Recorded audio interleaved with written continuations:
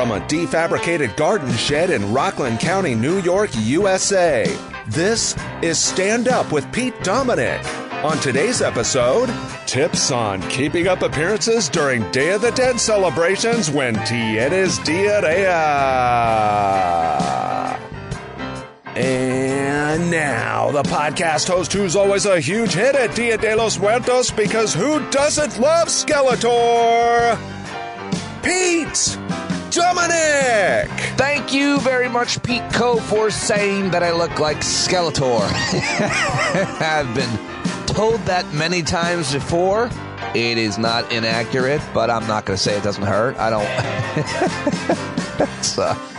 Been told I look like a goblin and many other things as well. Thank you very much, Pete. Thank you for joining us, and very happy to have you here. Thank you for all the kind birthday wishes. They came all day long on Facebook, on Twitter, on text, people calling, showing up at my house. All right, nobody showed up at my house except a bunch of strangers asking for candy. The young people. It was ridiculous. I was like, hello, it's my birthday. Why do you keep coming? Actually, Julia went trick-or-treating in the neighborhood yesterday. She's 14 and a freshman, and I would say that's across the line to be knocking on strangers' doors asking for candy. And I would also argue that she literally played into an old bit I used to do about when people are too old to trick-or-treat, they got a mustache, they didn't even really put anything into the costume. They just threw on a jersey and started knocking on doors. That's what Julia did. Never even heard that bit. She just wore I go, what jersey did you wear? She goes, I don't know. One of my friends. And she just went and knocked on doors and got a huge haul, too. So, not great. Don't need that candy in my house. Don't know where it is. But I definitely ate a lot of milk duds last night after birthday dinner. I have two great guests joining me today, both Gaby Goldstein of Sister District, who gives us all kinds of ideas and tips on what we can do in the final days before Election Day, and he was live tweeting the arguments at the Supreme Court on two cases dealing with affirmative action admissions in colleges. The great Eric Segall, the Legal Eagle, joins me as well. Neither of these interviews disappoint. I learned a lot from both of my guests, and I think you will too. And like I said on yesterday's show, crazy week for me. Lots going on. Hosting a benefit for the great organization Why Hunger tonight.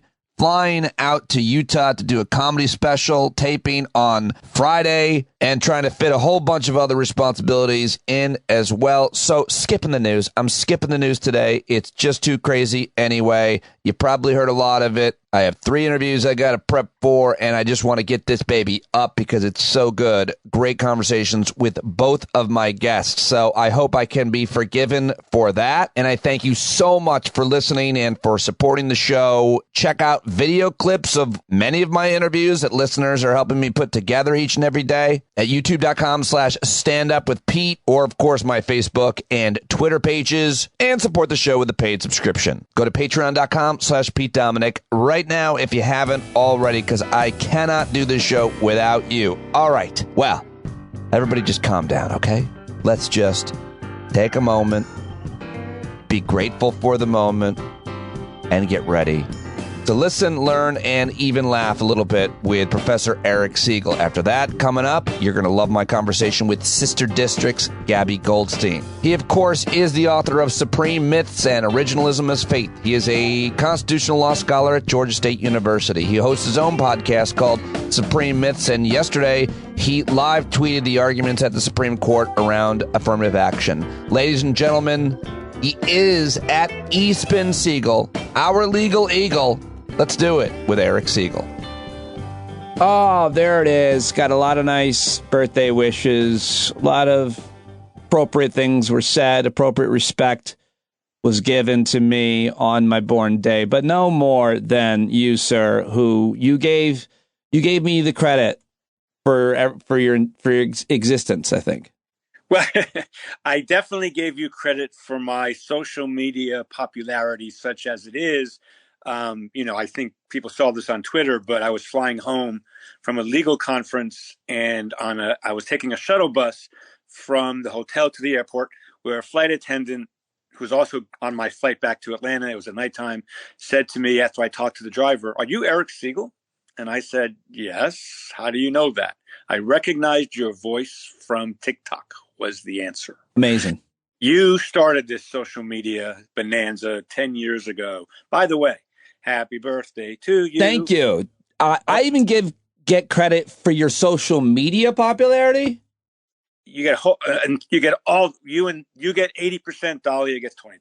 How much influence do I? I'd like a little more. How much influence do I get for your overall character integrity? 0. Oh. Sorry. Not enough. Not enough then. I'm one of those who believes absent trauma, genes control everything. So I was who I was in that respect before I met you. However, I was not conversant.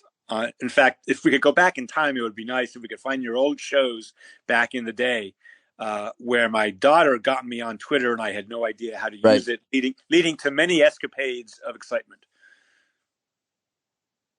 Well, I'm happy that you are so popular on social media that your voice would get recognized. That's the height of it. I've had that happen a few times, and it's very shocking. You're like, what? People are getting off Twitter left and right. You think? They say they are. Many of people I respect are. I'm not going to. I don't think I am. Who have you seen that you respect that's getting? I haven't seen anybody say that they're leaving. I really haven't. Oh, I've seen a bunch. And there are, I'm not going to say their names in case they want to come back. But sure. I know at least 3 law professors who are very, very, very known on Twitter who went over to something else that I can't even pronounce. Oh, wow. Yeah. And I think Dahlia, who's only been on Twitter for a little while Dahlia Lithwick, in the recent past, I think she's also going to get off again pretty soon. I could be wrong. I shouldn't speak for her. But there are definitely law professors who are big on Twitter who have left. I saw Dahlia Lithwick posted on Facebook something on Facebook like, this is the better space for me, or I'm more happy here with this community. I'm like, what is your she seemed like Facebook was like her happy place, and I want to make fun of her for it. I don't know what she was talking about. Well, she does have and has had for a long time quite the Facebook following. In any event, let's talk about affirmative action. Okay. Yes. Thank you. All right. So 2 cases argued yesterday. This is affirmative action as it pertains to admission into college, not for employment or other things, right? Technically, it only applies to colleges and universities, yes. And what does the Constitution say about affirmative action? Absolutely nothing. What the Constitution says in the 14th Amendment and what the court said in Brown versus Board of Education is that excluding people from public schools on the basis of race violates the Equal Protection Clause, which it clearly does. Today's cases involve the University of North Carolina at Chapel Hill and Harvard. Technically, Harvard is not bound by the Constitution because it is a private actor. Chapel Hill is bound by the Constitution, but there's a federal statute that requires that anyone receiving federal funds not discriminate on the basis of race. All universities receive federal funds, and the Supreme Court has said in the past that whatever standards we use for the Constitution apply also for the federal statute. So all of the precedents the court has built up over the years on affirmative action apply to both the 14th Amendment and the federal statute. And I wanted to say that the plaintiffs are asking in this case, in both cases, to have the court impose a rule of colorblindness in admissions, both under the statute and under the Constitution. And I want to say, Pete, and I'm not equivocating here at all, in 1978, the court was asked that question and said no. In 2003, the court was asked that question and said no. In 2016, the court was asked that question and said no. 3 huge precedents, all rejecting it. This court is going to accept it. And they're going to accept it after there was almost no discussion today about this thing we call precedent or stare decisis. Almost no discussion at all, even though one of the questions presented, which is the technical way of saying what's the case about, was should the court overrule this case called Grutter versus Bollinger from 2003, where the court rejected colorblindness. So not only is the court going to reverse that case, it's going to reverse that case without asking any questions about whether it should reverse that case. So is that the big takeaway that everybody in your world is arguing about? Like, what just another example where the court is going to throw the entire idea of what previous decisions were made, precedent, stare decisis, and so that becomes a new thing. It just doesn't matter. Well, Pete, my view, which is not the same as most progressive law professors' views, is that the Supreme Court has never cared about precedent, has never cared about stare decisis. Right. It's only a question of degree. Right.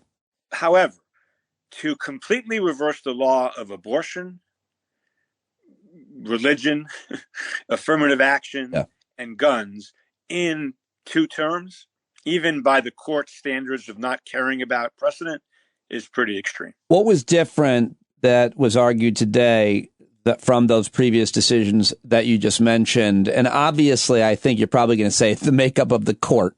But, how much different was the case and how much different were the arguments?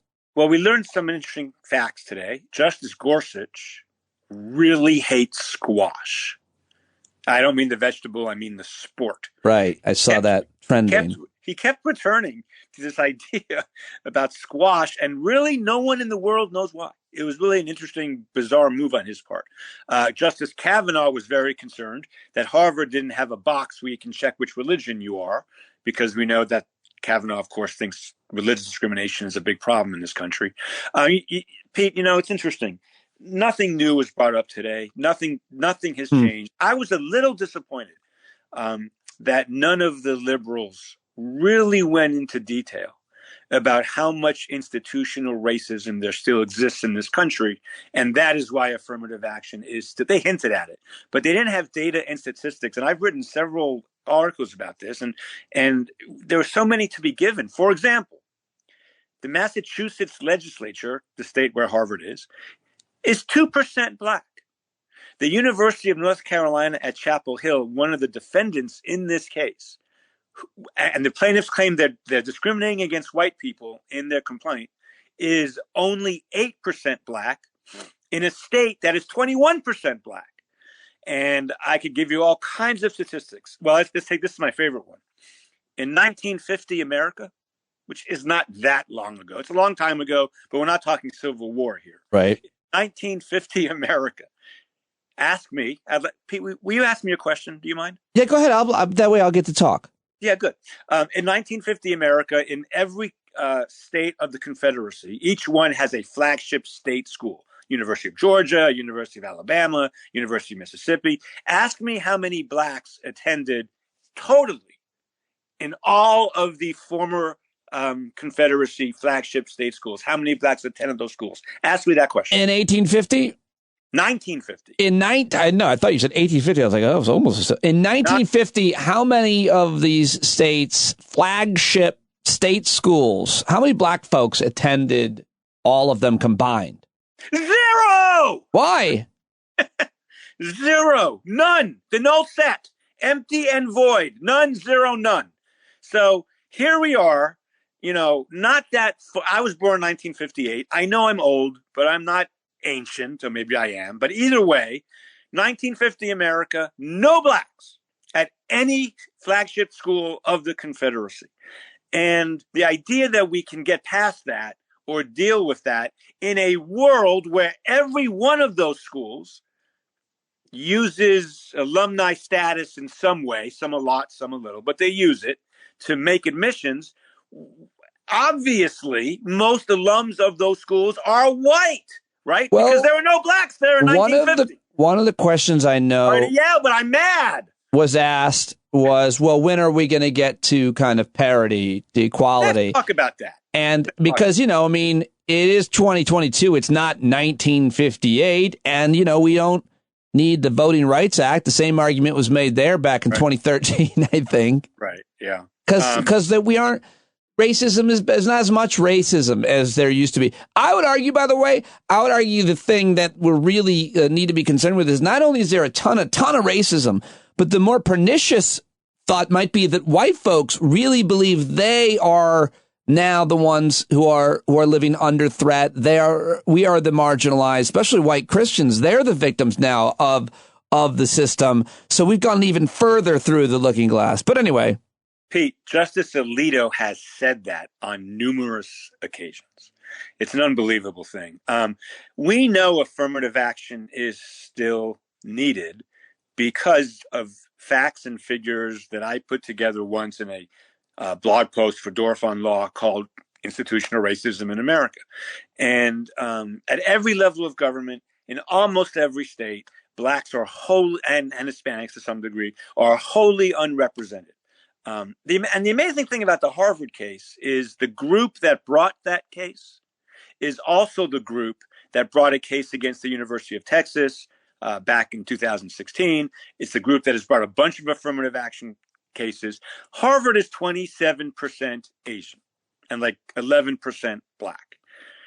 I don't really understand the argument that somehow Harvard discriminates against Asian students. I just don't understand it, especially because the premise of all these arguments is that GPAs and SATs, or in graduate school, graduate tests, that if you just look at those things, blacks get in with lower scores. But and which they do, I'm not arguing that. But the thing is, Harvard doesn't just look at those things. Chapel Hill doesn't just look at those things. There are a lot of things that go into admissions decisions, like if you're from Wyoming, you have a better chance of getting into Harvard than if you're from New York.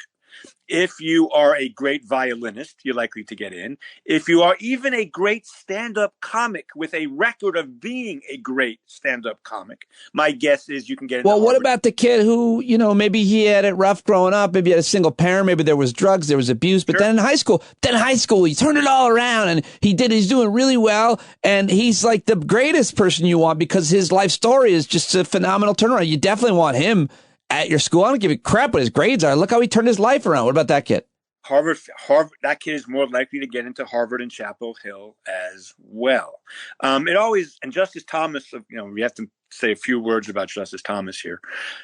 Justice Thomas, the great originalist, I think only asked one kind of half question about originalism because he knows that originalism does not support the result he wants. Yeah, I saw that. A lot of people saying that on Twitter. God, that was the main thing I really wanted to ask you about. Where were all the originalists? But I don't really even understand what the argument was or should have been. So go ahead. Well, no. So last term, in both the gun and abortion cases, this is really important. Okay, I've been a little bit humorous here, in my own opinion. I'm going to try to get serious for 2 minutes. Big crowd. Applause. I need that at home for my kids. Anyway, last term, in the huge Dobbs case that reversed Roe versus Wade and Casey, and the huge Bruin case that enlarged gun rights by about 3,000%, and Justice Thomas wrote the gun case, Justice Alito, the abortion case, both justices lectured the American people about how the court's job was solely to look at text, tradition, and history and not use policy when making their decisions. And the only things the conservative justices said today were about policy, about whether colorblindness is a good or bad policy. The hypocrisy is stunning. The hypocrisy is obvious. And I want to point out that Justice Thomas himself has admitted that he got into Yale Law School because of affirmative action. And if Justice Thomas had not gotten into Yale Law School, he almost certainly would not be on the Supreme Court today. And the irony of that makes my stomach hurt and I want to vomit. Because he says, I was a benefactor of this policy, but I'm against it now. Yeah, now there's a way of saying that wouldn't be nauseating, but he's never, in his affirmative action dissents in the past, he has said is that affirmative action is bad because it gives a stigma to those people of color who got in without the benefit of affirmative action, of which there are many, and because there'll be a white backlash to the use of affirmative action, which there has been. But neither of those two things have anything to do with text, tradition, or history, which he himself told us in the gun case were the only things that the Supreme Court should look at. And by the way, he went so far as to say in the gun case, I'm still not over this, and I'm about to write an article about it, that if a state has a gun regulation, let's say we don't want any one person to have 10,000 assault rifles, and we don't want that because of public policy reasons A, B, and C, which are not hard to figure out. Thomas says, no, The policy is irrelevant. All we want to know is if something like this was a law back in 1787 or 1868.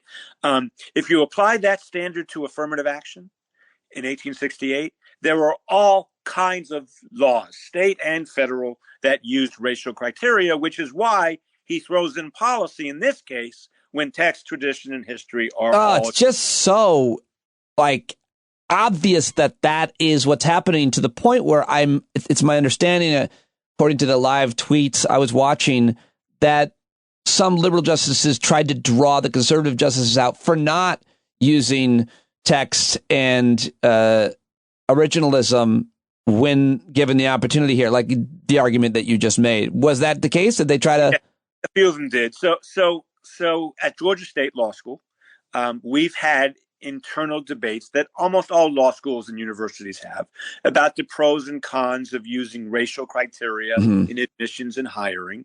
And as a policy matter, Pete, and one day we'll do this, we could have a pretty good conversation about this. I am 60-40 convinced that we should use affirmative action, but I'm not going to say I'm definitely right about that. I'm not sure. No one wants to use race in these kinds of decisions. I think because of our past, we have to. But everything I just said for the last 3 minutes has nothing to do with text, tradition, and history, other than this point, which is irrefutable. The United States of America has never been colorblind, not for 1 second. We went from slavery to black codes to segregation to Richard Nixon in the 1960s, putting pressure on Harvard, Yale, and Michigan to not be colorblind and take more black people. Tradition and history are what Thomas and Gorsuch and Kavanaugh and Barrett all say is so important. So they're about to impose a rule of colorblindness on a country that has never for 1 second had a rule of colorblindness. It's really an amazing thing. I mean, it's just the justices doing what they want for whatever reasons they want. Now, here's the good news, or at least the not terrible news. I am confident that no matter what the justices say, race will still be used by universities. They will figure out a way to find out. And in that sense, I think that's a good thing. The bad thing is this likely decision, they could surprise us, but I doubt it. This likely decision, Pete, will drive the use of race further underground. And that's a bad idea for government transparency. Yeah, I saw Elie Mystal. I don't know if he was being even somewhat serious, talking about basically saying that American blacks will have less opportunity, but African blacks will have more of an opportunity because they'll have to have these kind of proxies for diversity to get around the obvious thing that's race and then focus on, say, another nation or other socioeconomic metrics or any other number of things that would somehow still create this kind of ethnic diversity that any institution would want. Exactly. Pete, you and I have talked over the years about abortion, about the balance between free speech and campaign finance, funding and that kind of thing. We've talked about gun control versus gun rights. We've talked about the role of religion in life, about the rights of LGBTQ people, and so on and so forth. Of all the constitutional law issues over the years, the easiest question to me is, if we're going to use text, tradition, and history, if those are the lodestars of constitutional analysis, then schools that are like 60% white and 8% black and 15% Asian and 12% Hispanic, whatever, it is so obviously constitutional under text, tradition, and history. And the only way to strike it down is by using policy arguments. And after last term, that is just unbearable. Right. Because they told us policy is not our business. Of course, we know they do policy all the time. But last term was so frighteningly stubborn about that. And now they're going to just change their minds completely. And they're going to make all kinds of policy arguments. You know what? That's something a real court wouldn't do. Right. Any other takeaways from today's arguments? Yeah, a couple. Not incredibly important ones. Justice Jackson recused herself from the Harvard case, but did take part in the Chapel Hill case. And once again, she may well be the best questioner on the court. Is that right? Say again? Why did she recuse?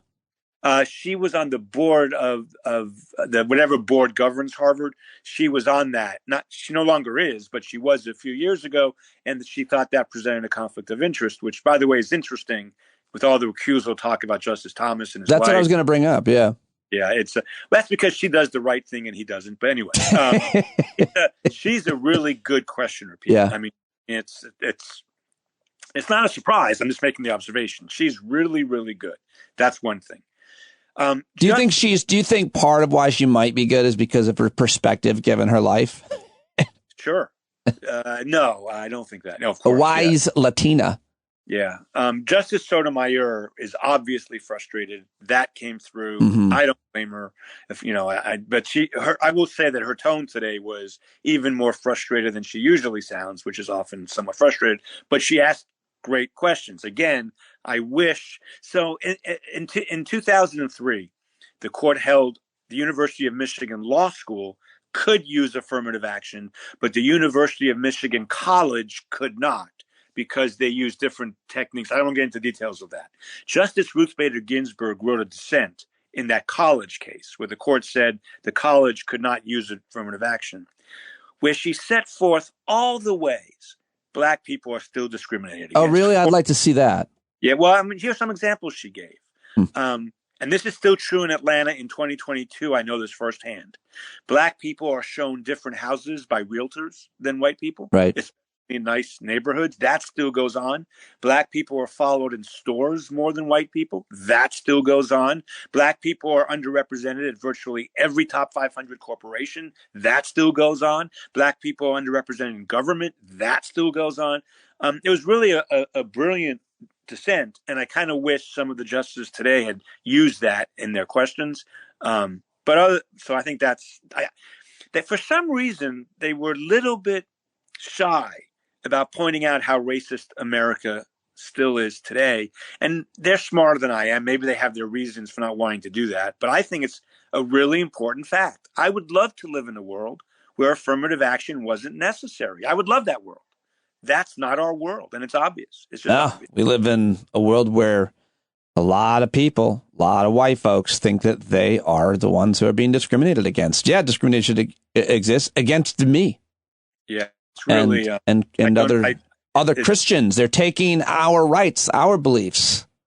Yeah, it's a shame, and so you never know what the court is going to do, except we know what the court's going to do. All right, before I let you go, then, what are your thoughts on this whole attack on Speaker Pelosi's husband Paul, and Elon Musk touting a conspiracy theory? I haven't seen you say anything. Are you not paying attention to that? I did retweet someone's tweet that I think says it all. Okay. So sad, Pete. Yeah, that's how I felt. Yes. No, let me say what I was going to say. Okay. When Congressman, I can't pronounce his last name, Steve Scalise. Scalise. Yeah. Yeah. A truly abhorrent individual. But no one deserves to be shot. And he was shot at a baseball game. Yep. And that was the front page of the New York Times, full bold headline, front page displayed at the very top. The story about Pelosi's husband, and remember, he was after her. I mean, we all know this. And she's third in line to the presidency. Was a little small box on the bottom of the page. I don't understand what's going on with that. I don't understand why outlets like the New York Times, the Washington Post, don't. I don't understand what's going on in those newsrooms, Pete. I really don't. But the bottom line is this was an assassination attempt of the person third in line to be the presidency, and somehow we're talking about weird conspiracy theories. Well, why do you believe anything? Why do you believe that he came in there and said, "Where's Nancy?" Why do you believe that he had zip ties? Why do you believe that he tried to hit him with a hammer? Maybe the police are lying. They're covering for this guy. He's a very influential guy. Why do you believe?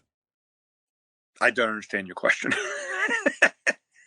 We live now in a country, in a society where an incident occurs and it will be just absolutely ripped to shreds in terms of it's all fixed. It's, every conspiracy theory. And so people ask, and, my answer has just kind of been like, I think part of the problem is like a thing happens and everybody has an instant reaction to it, as opposed to you need to let an investigation occur on a murder, in an assassination attempt, in an insurrection. And then when that's over, and journalists have looked at it and asked questions, at some point you have to live in some sort of reality, but everybody has their own now.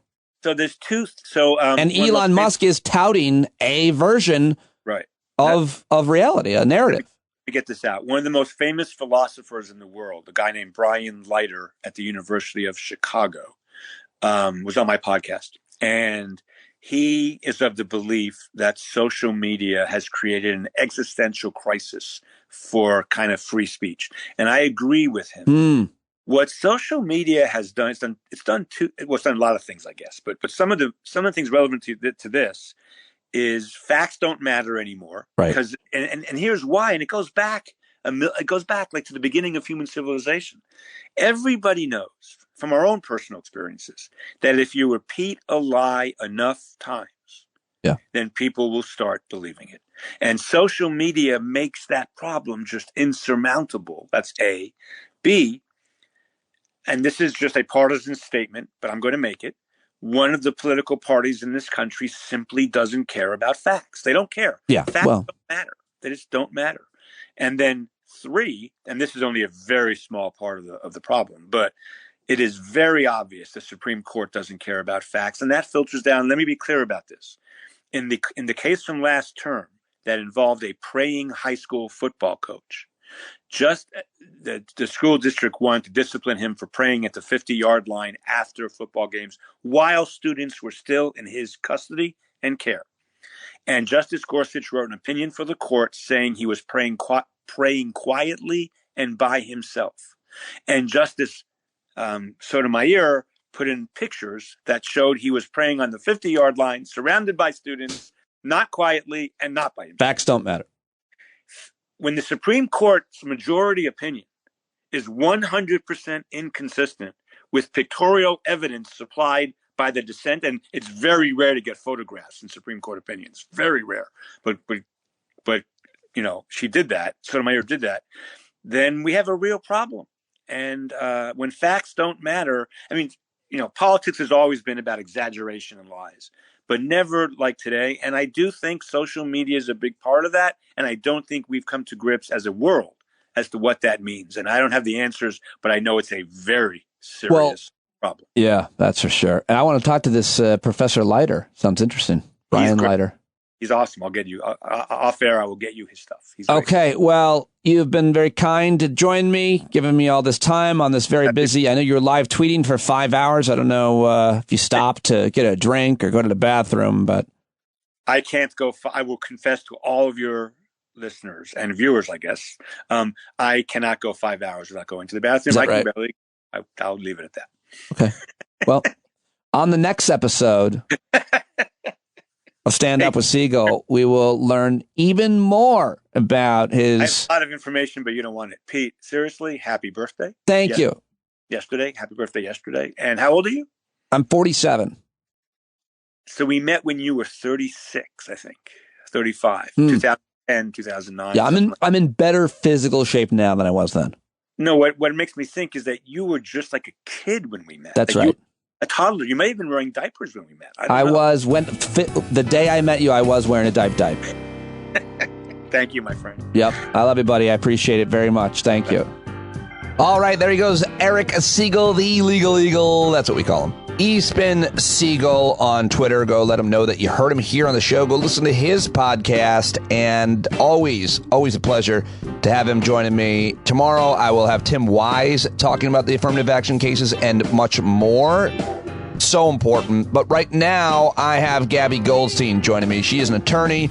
She's a political strategist. She is a senior vice president of strategic initiatives at Sister District, which is an awesome organization that builds progressive power in state legislatures, helping legislators succeed once elected. She's a writer. She speaks frequently. You can also see her Read her at CNN, The Guardian, Salon, Washington Post, and so much more. Really smart person that I love talking to, and today is no exception. Learned a lot of ideas and insights from Gaby, things we can all do in the last remaining days before the election of November 8th. I'm very happy to have her back on the program. I hope that you will support Sister District however you can. Gaby's on Twitter at Gaby_Goldstein, 1B and Gaby, and Sister District at Sister_District.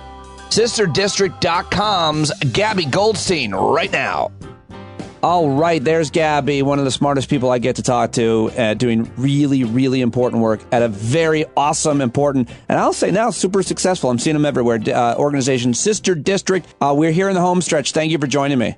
Pete, it's always a pleasure to be together. Like any kind of, I don't know, metaphor, home stretch, it feels like I'm cheapening where we're at right now. I'm an absolute mess. I'm terrified. I want to do whatever we can do in these last days and help people get informed. What do you think is kind of the closing argument on the issues that you guys are advocating for, obviously, that are, you know, have a wide range of issues, but what do you make it for me? What do you think is effective at this point? Yeah, I mean, look, I think folks on the Democratic side have been following the polar coaster, as we like to think, right? Clearly, there was momentum over the summer, maybe now less so, or at least the Republicans have really gained speed as well. And so the polling is a little bit crazy making, right? And I know that folks are that is vexing. My advice is don't worry about it. Don't, that they're crazy making, put it aside. What the polls can tell us at this point is actually really, really good news. It means, the fact that we are so close all over the country is great news. And that is historic. That is unusual. It is unusual for the president's party to be this close in so many important races across the country. So we're within what Mike Podhorzer, who kind of a godfather Democratic strategy, likes to call the margin of effort. Don't think about it as the margin of error. Think about it as the margin of effort.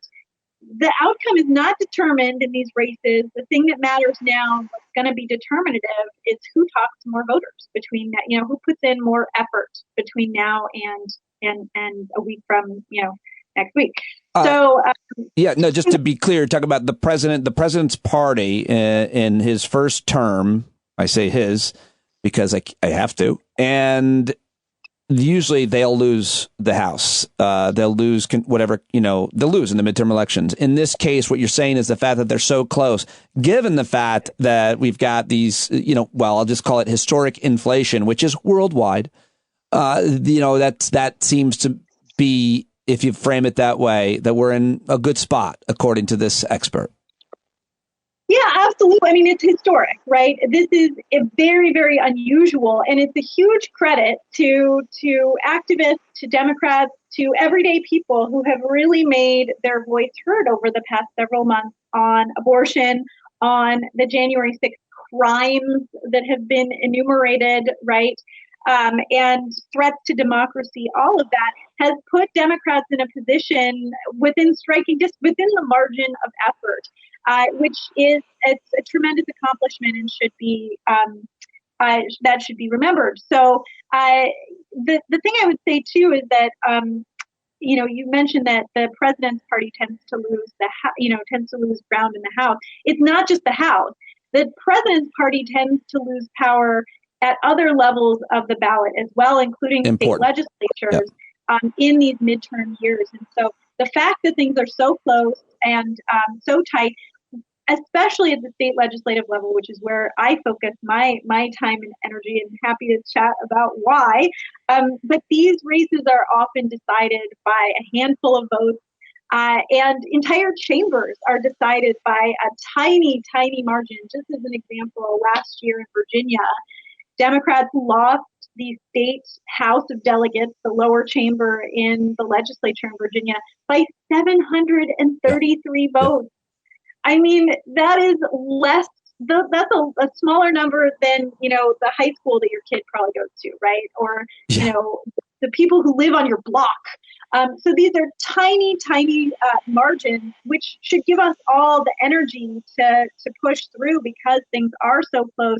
We can really make a difference in the outcome of these elections. Well, yeah, let's talk about this. Pick whatever issue you want or state that you want. Why the state and local elections? I've gotten really involved over the last 2 years where I live, and I will say sometimes you open up the closet, you look in what's going on with your town's inner workings, and it's pretty scary what's happening in there. But it's really you can have some great outcomes when you get really good people involved, which is exactly what we did here with our Board of Education election. And it's been great because inspired a lot of listeners. I've been inspired by listeners to do this because it's also really satisfying and purposeful and fun. I made a ton of new friends. So you tell me, though, the importance of why it's, state and local elections matter so much, because I know you're focused a lot on that at Sister District.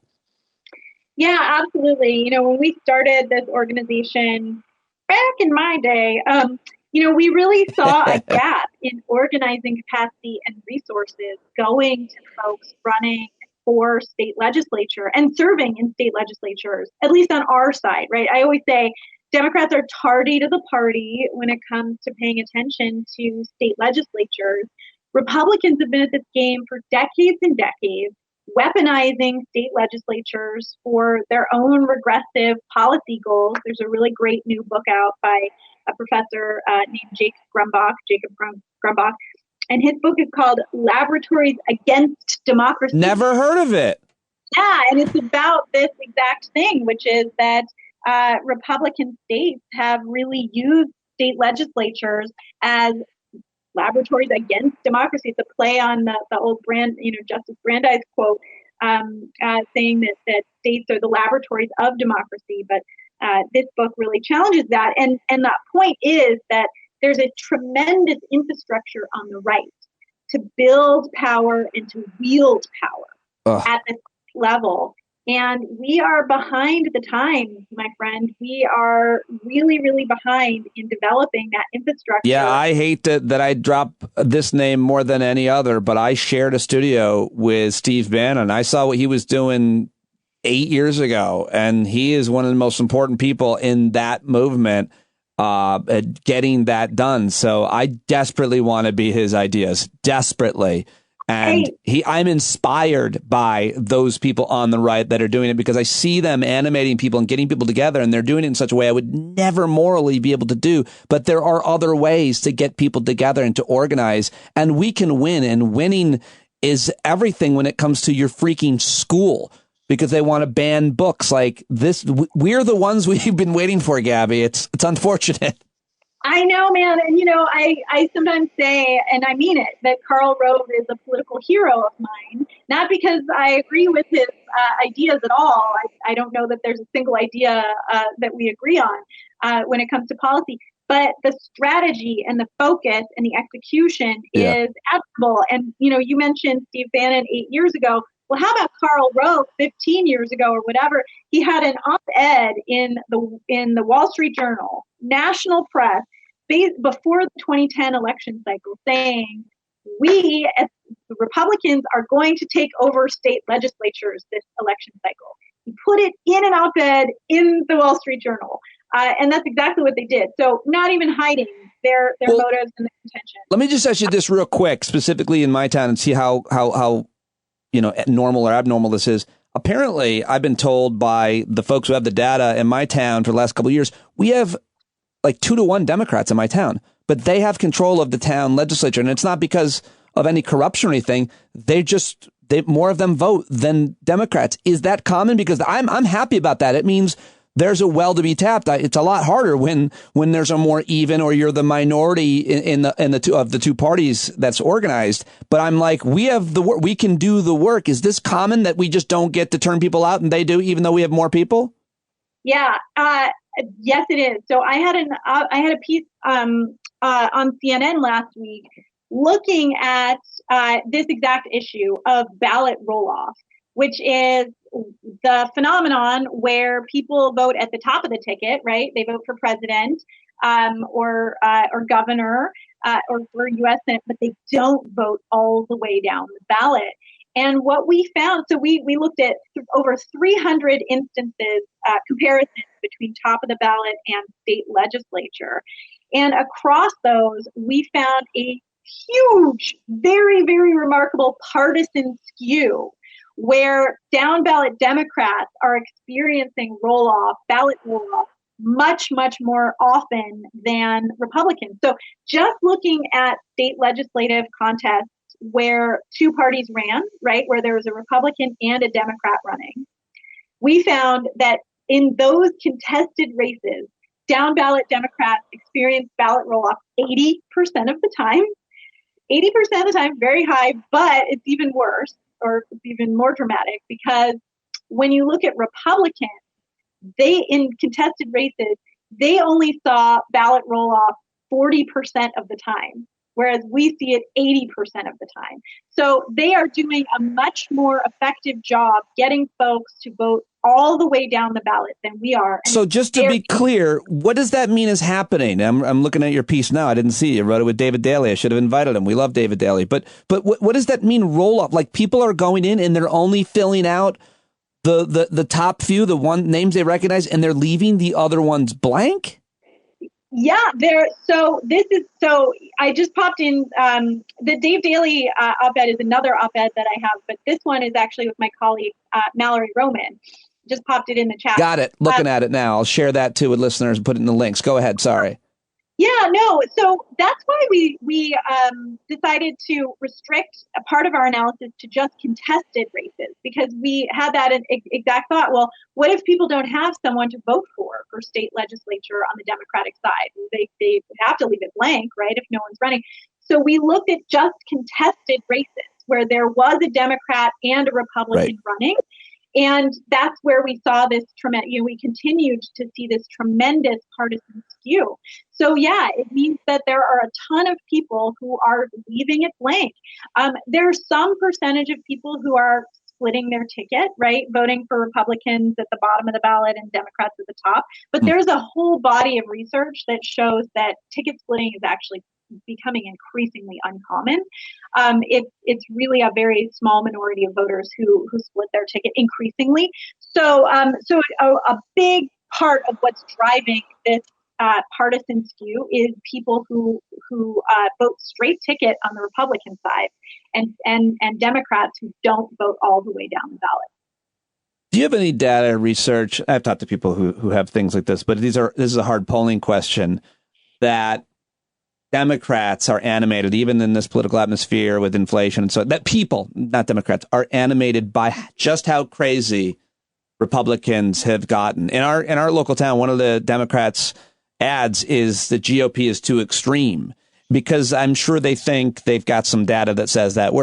I think sometimes you might not even pay attention to politics, and you hear something crazy being said that you're like, oh my God, wait, what? Some kind of QAnon, whatever.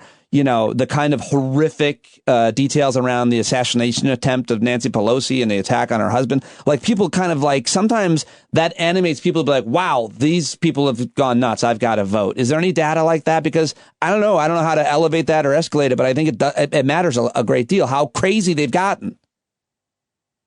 Yeah, I mean, absolutely. I think that the January 6th hearing. Right. They should be, and they are in many places, part of the closing argument for Democrats, right? I mean, there's a lot of data to show in recent polling, that people are very concerned across the political spectrum, concerned about threats to our democracy. But it's always better to be more specific than that, right? The idea of democracy is a little bit vague for some voters. And so being able to be really specific, as we can be with what came out of the January 6th hearing, is part of that closing argument. Those hearings demonstrated without question the criminality of the plans and the execution on the Republican side. And they also give us a preview of what Republicans have planned in the future, right?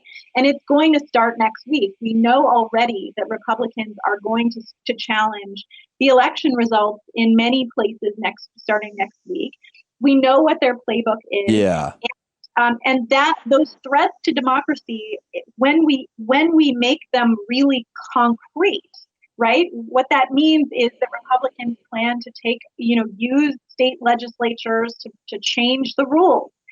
Well, just as they've changed the rules around districting to gerrymander their way into power, they are going to continue to change the rules so that they can decide election outcomes and change the refs with election administration officials and all the rest. And, we really see that playbook and we know it. And I think that is animating some of the messaging for Democrats. And I think it is effective. And we should be leaning on the January 6th crimes that have been demonstrated and what that portends for the future. I think that is a helpful message. There are other helpful messages as well. For sure.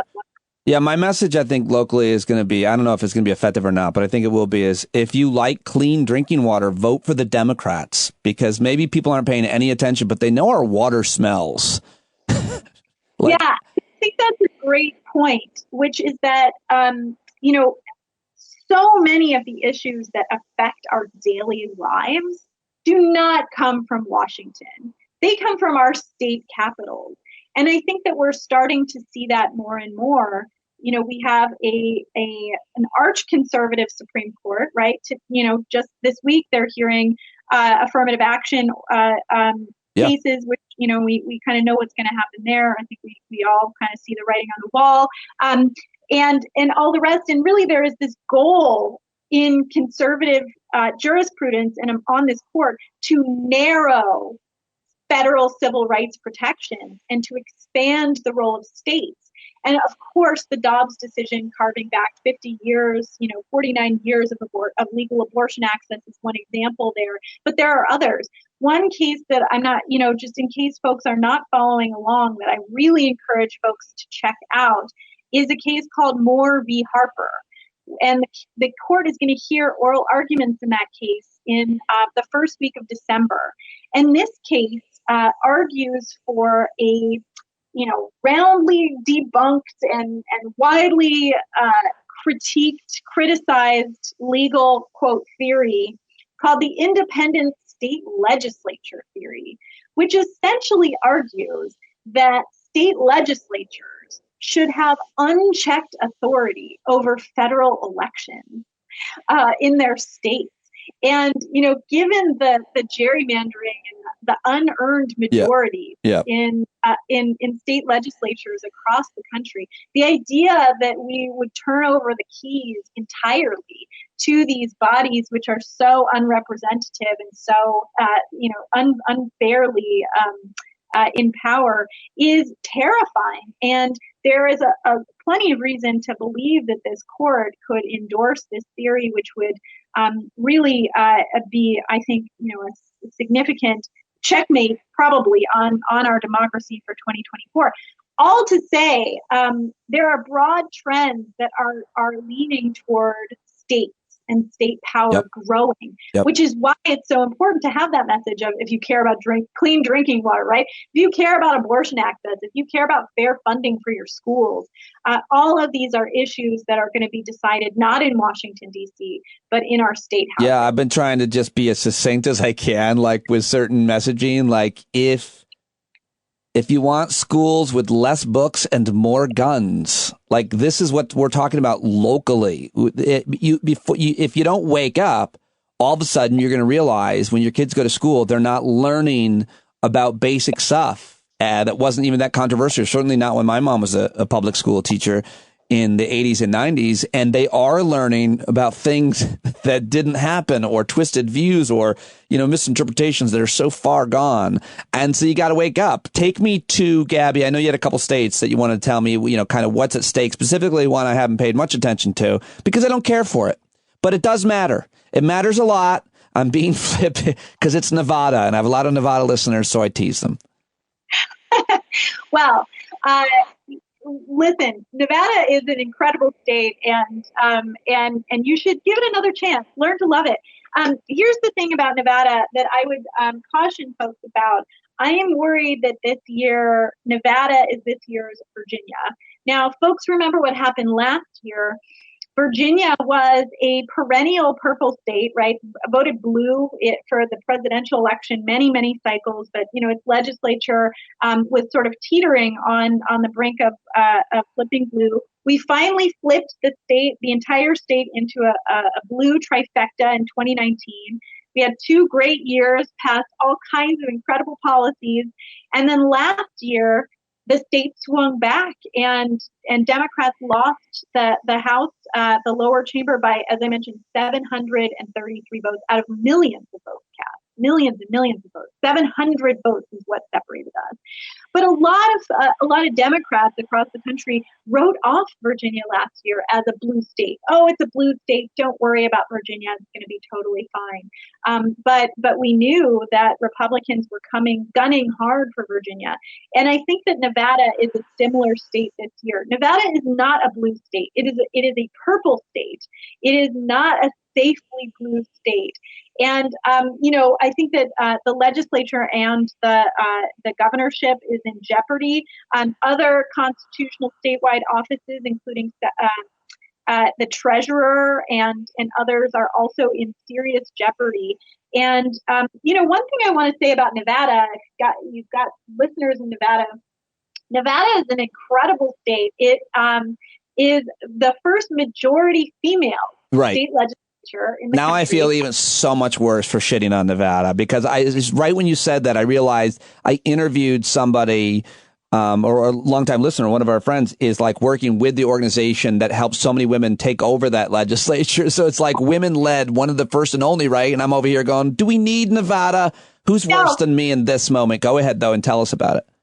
Majority women in the legislature, majority women on the state Supreme Court, as well as the congressional delegation and the Senate delegation, majority women, all women at the Senate level. And so it's not just checking a box, right? Once women were the majority of that state legislature, they put policy into action to help women's lives, right? They had the ERA on the ballot. They expanded abortion access.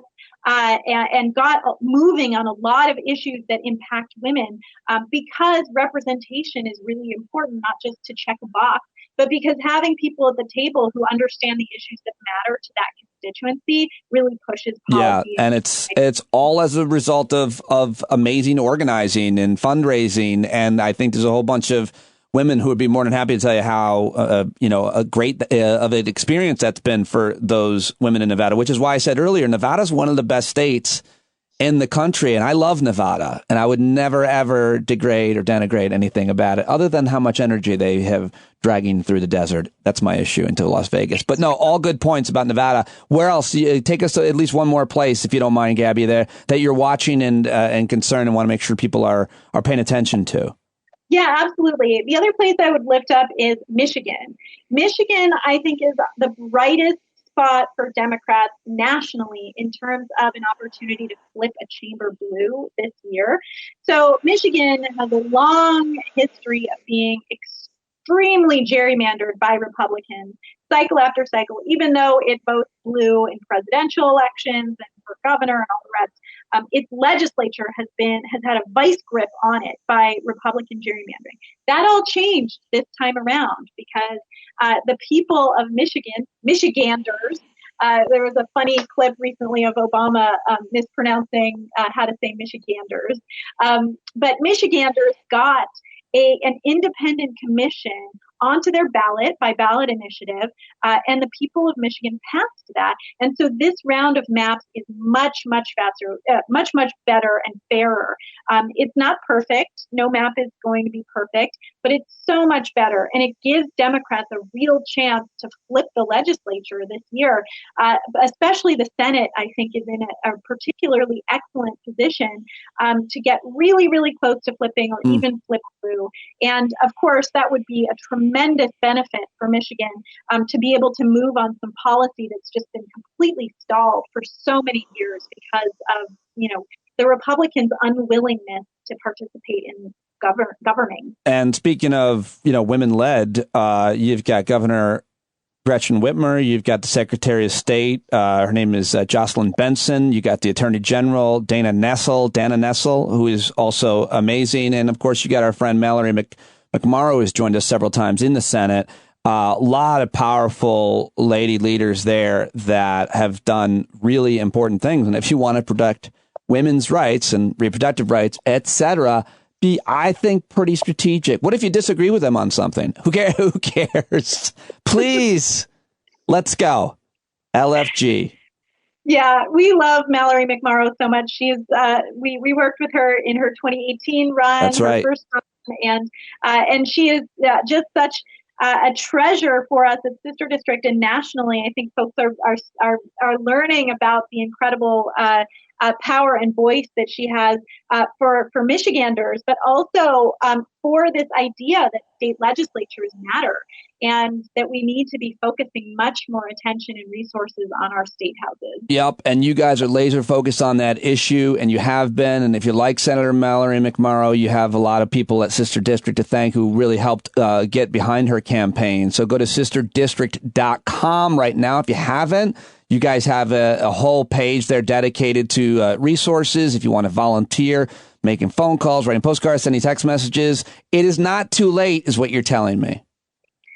1,000,000%. Join a phone bank. They're so much fun. We get together on Zoom and then we make some calls. We do a quick training, make some calls on mute, and then we come back together and chat. We've got some incredible special guests joining us.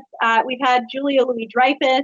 In the past couple weeks, we've got Jonathan Van Ness joining us this week, as well as, so many. We had David Cross yesterday. Oh, really? He's awesome. That's fun. So pick your poison. We've got some incredible guests joining us for our phone banks, and it's super fun, and it makes a huge difference during this GOTV push, this final GOTV push. So it's a low time commitment and a really high return on investment for your volunteering hour. And plus, who doesn't want to hang out with Julia Louis-Dreyfus for an hour on a Zoom? I mean, super fun. Did you talk to her? She's an incredible supporter of Sister District and state legislatures in general. She really gets it. Yeah, she's a smart and powerful person. As are you. Gaby Goldstein, thank you very much for joining me. As always, I love this organization. You're brilliant, and I appreciate you joining me to share some of that with us, and hopefully people are inspired. Thanks so much, Pete. Have a good one. All right, there she goes, Gaby Goldstein, Gaby_Goldstein, sister_district, sisterdistrict.com, and that is what I have for you today, but tomorrow I have more. Got some great guests scheduled. I'm supposed to talk to Kara Swisher on Tuesday. Really looking forward to talking to her for the first time. Of course, I mentioned earlier, Tim Wise is going to join me, Dr. Brian Rosenwald of University of Pennsylvania, and more. So stay tuned the rest of the week. Support the podcast with a paid subscription. Please, this is what I'm doing for a living now, so can't do it without you. If you listen to it, please consider a paid subscription at patreon.com/Pete Dominic. That's it. Thanks again for all the birthday wishes, for your support, for listening, for your emails, everything. You are the kindest, most thoughtful, most awesome, generous, hilarious, amazing people, and I love you so much. So thank you very much. All right, speaking of people I love, John Carroll wrote this song for us. You should buy it for like $3. JohnCarroll.org right now. Take it away, brother.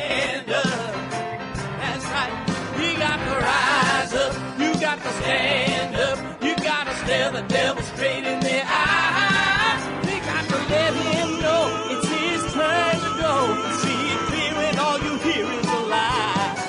So get up off of your butt, get down off of your fence. Even if it ain't a very friendly audience, well, they'll begin to listen when you start making sense. And you stand up, stand up. No need to point your rifle to defend your town. Just stand up.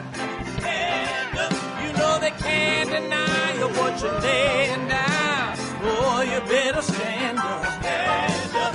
Show your face of every color, yellow, black, red, and brown. She's the place where every lost child will finally be found. There's only one thing to do. stand our ground, and that's stand up, stand up. Well, the founding fathers saw a land for all. They had to stand up, they had to stand up. They had a keen imagination for a crystal ball, drawing all the plans of stand up. But all they had to go on was the time they were in, with other causes for laws, and since they weren't even sin, they knew that change was gonna come before the change could begin. They had to stand up. All right, they had to stand up. We got to stand up. We got to look the devil square in the eye. We gotta let him know it's his time to go, and make it clear when all we hear is a lie. Why you lying awake wondering where the money all went? It'll be the cost of freedom that'll go unspent. You can see him flee the scene of that experiment if you stand up. All right, we got to speak up, we got to reach up and raise your voice in every way you know how. Don't be toes up, you got to show up. Ain't no better time to do it but now. No need to pledge allegiance to no wanton tribe. Rise up, show obedience to the voice inside, and listen well and it'll tell you not to run and hide. It says stand up.